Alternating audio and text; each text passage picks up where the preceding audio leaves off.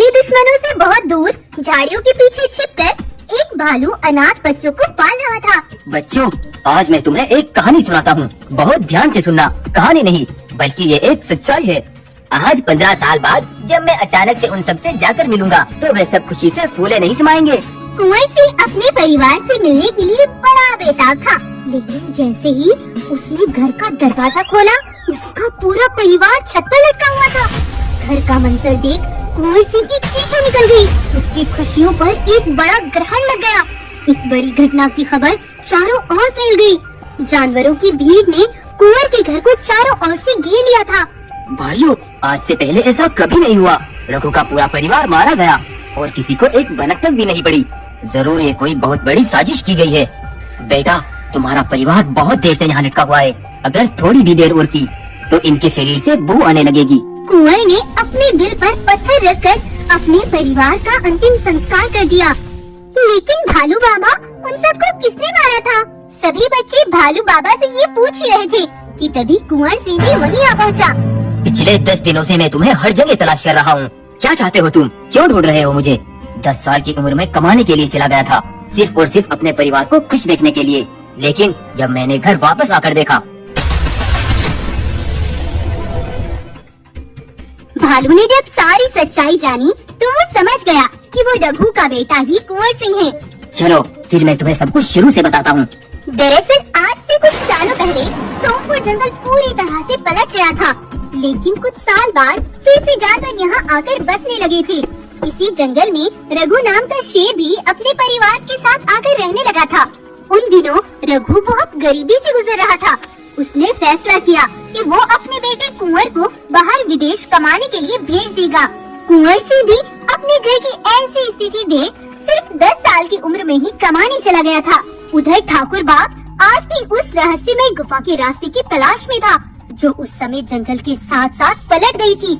उस गुफा के आखिर में एक ऐसा खजाना दबा हुआ था जिसे पाकर वो दुनिया का सबसे बड़ा करोड़पति राजा बन सकता था। लेकिन एक बार उधर जब रघु अपने परिवार के लिए भोजन लेने जा रहा था, तभी उसे एक जगह बहुत से कुत्ते भौंकते हुए दिखाई देते हैं। रघु तुरंत उनके पास जाता है और उन्हें वहाँ से भगा देता है। वो वहाँ से वापस लौट ही रहा था, तभी उसकी नजर वहाँ मौजूद 3 बड़े पत्थरों पर पड़ती है। रघु उन पत्थरों को अपने सर से हटा देता है। तब वो एक गहरी रहस्यमय सुरंग के अंदर पहुंच चुका था, जो खजानों से भरी हुई थी। अशर्फिया, सोने, हीरे, जवाहरात उसमें पूरी तरह से बिछे हुए थे। तभी वह गुफा बोली, तुम्हारी गरीबी सिर्फ 1 मिनट में दूर हो सकती है। ये सारा खजाना तुम्हारा होगा अगर तुम मुझे 50 जानवरों की बलि दे दो। ये सुनकर रघु ने तुरंत अपने कदम पीछे हटा लिए। नहीं नहीं, मैं अपनी गरीबी में ही जीवन गुजार लूंगा। ये खजाना 50 जानवरों की जान से कीमती नहीं हो सकता। रघु वहाँ से बहुत घबराया हुआ अपने जंगल की तरफ लौट आया। तभी उसके दोस्त बूढ़े भालू ने उसे देख लिया। रघु भाई, क्या बात है? इतने क्यों घबरा रहे हो? मैं जिस राज को जान कर आ रहा हूँ वो 50 जानवरों की बलि मांगती है। रघु ने अपने दोस्त भालू को वो सब बता दिया जो उसने गुफा में देखा था। लेकिन इन दोनों से बहुत दूरी पर एक पत्थर के साए में छिपा ठाकुर का एक सिपाही उनकी सारी बातें सुन रहा था और वो तेजी से ठाकुर के पास आया। महाराज, सालों से आप जिसकी खोज में हो उसका रास्ता बस एक ही जानता है। सिपाही ने ठाकुर को रघु से सुनी सारी बात बता दी और ठाकुर अपने सिपाहियों के साथ रघु के घर पहुंच गया। चलो रघु, बताओ, सालों पुरानी खजाने से भरी उस रहस्यमय गुफा का रास्ता कहाँ है? गुफा? रहस्यमय गुफा? कौन सी गुफा? ज्यादा चालाक मत बनो, बताओ मुझे। मैं झूठ नहीं बोल रहा महाराज, मैं किसी गुफा के बारे में नहीं जानता। इसे देखो, इसे तो जानते हो। अगर तुमने मुझे नहीं बताया तो इसके इतने टुकड़े करूँगा कि तुम गिन भी नहीं पाओगे। रघु बहुत सोच में पड़ गया और वो तुरंत बोला, ये कौन है महाराज? मैं तो इसे जानता तक भी नहीं। आप चाहे इसके टुकड़े करें या इसे छोड़ दे, इससे मुझे कोई फर्क नहीं पड़ता। मुझे तो लगता है मेरे उस सिपाही ने मुझे बेवकूफ बनाया है। गुफा के बारे में मुझे झूठी बातें सुनाकर अपना पद ऊंचा करवाना चाहता था। ठाकुर महाराज, आप चाहे तो किसी से भी पता कर ले, ये भालू मेरा दोस्त नहीं है। ठीक है, लेकिन अगर इस बात में जरा भी सच्चाई निकली तो तुझ समेत तेरे सारे परिवार को उल्टा लटका दूंगा। ठाकुर वहाँ से उस भालू को लेकर चला गया और उसे अपनी कैद में बंदी बना लिया। फिर रात में ही रघु जाकर अपने दोस्त भालू से मिला। मुझे माफ करना भालू, मैं तुम्हारी दोस्ती से मुकर गया। लेकिन अगर उन्हें ये बात पता चली है कि मैं उस गुफा का रास्ता जानता हूँ तो मेरे ना बताने पर वो तुम पर बहुत जुल्म करेंगे। इसीलिए आज ही तुम यहाँ से निकल जाओ ताकि ये तुम्हें कोई नुकसान ना पहुँचा सके। रघु ने रात में ही भालू को उस कैद से निकालकर भगा दिया, लेकिन जब बहुत दूर वो वापस अपनी गुफा की तरफ लौट रहा था तो ठाकुर ने उसे देख लिया। ठाकुर को रघु पर शक हो गया और जब वो भालू के पास गया तो भालू वहाँ से फरार था। तब उसका शक यकीन में बदल गया।